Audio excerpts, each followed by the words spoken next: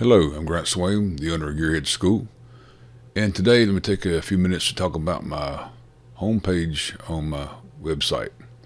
That's one of the tougher pages to design. What do you put on it? You got somebody's attention for 10 seconds. What do you say? And mine, I think, is minimalistic, and unfortunately, I think it's a little too deep for some people. Let me just read it to you. And as you see it here on the screen, left side, I basically have, "Don't be dinosaur dumb. Those that thought carburetors would rule the world died a slow, painful death. Don't end your career as a zero. Get educated and be a hero." Then a link to our product page says, "Click here to get smart." Then we have a cartoon dinosaur holding a sign that says "Carburetors Rock." Most people would understand that the concept is that if you think carburetors are great, they're gone. And if you base a career on that, you're gone. Just like a dinosaur, you're extinct. And I've had email from people that say, "Hey, I love carburetors too. They really do rock, and I like dinosaurs, and I don't think they got it." But there's a story behind this image that I'm trying to put on the front page. And for about 10 years, I worked with Dwayne, great guy. I try to go by and see him about once a month, and local guy. And Dwayne was a graduate of the GM ASEP program, and GM ASEP is a manufacturer's program where you go to school 8 weeks out of semester and go work in the dealership. So he was working in the GM dealership the whole time he was going to school for 2 years. And this is around the late 80s when feedback carburetors were coming out.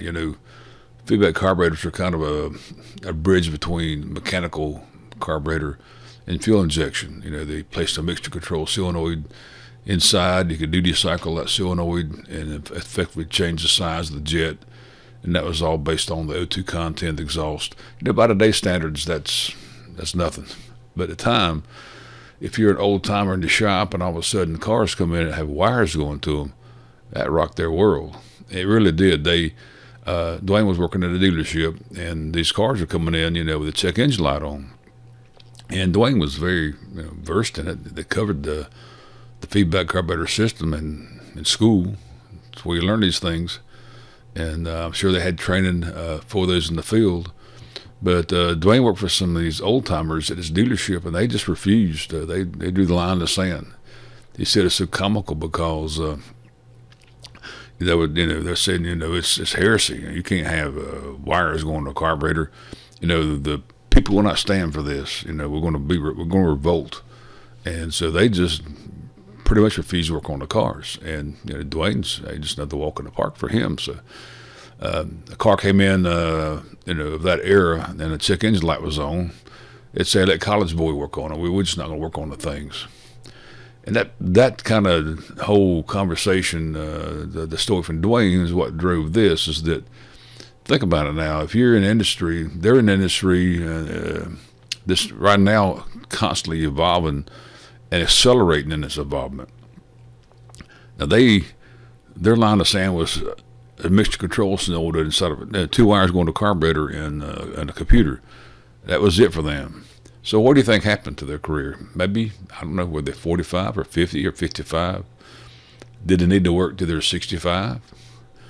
What happened to their career if they decided they're no longer going to understand and learn and embrace emerging technologies? So if you're getting this industry, if you're in the automotive service industry, and you just decide someday, I'm not going to keep learning. I'm not going to learn this next new system. At that point in time, you've made a choice to go down a path of obsolescence. It's just a matter of time before you're the guy in the shop that, here's a ticket. No, that's right, you can't do that. Oh, that's right, you can't do that. And do you want to end your career that way?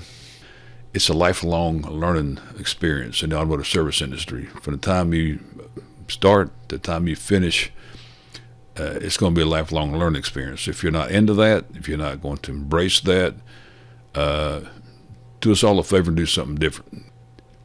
So that's the backstory to my website's homepage, and it's not that deep, but it's trying to be powerful in a few words and imagery.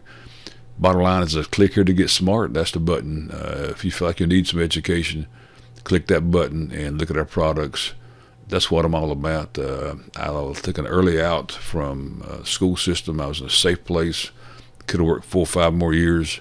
I was only helping about 15 people a year.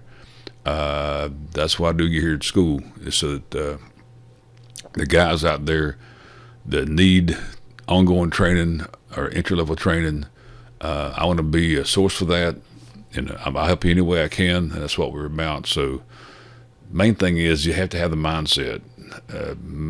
Embrace training all through your career, because the day you say, I'm not going to understand this new system, is the day you start dying on the vine and become a zero and not be the hero. All right? Thanks for watching.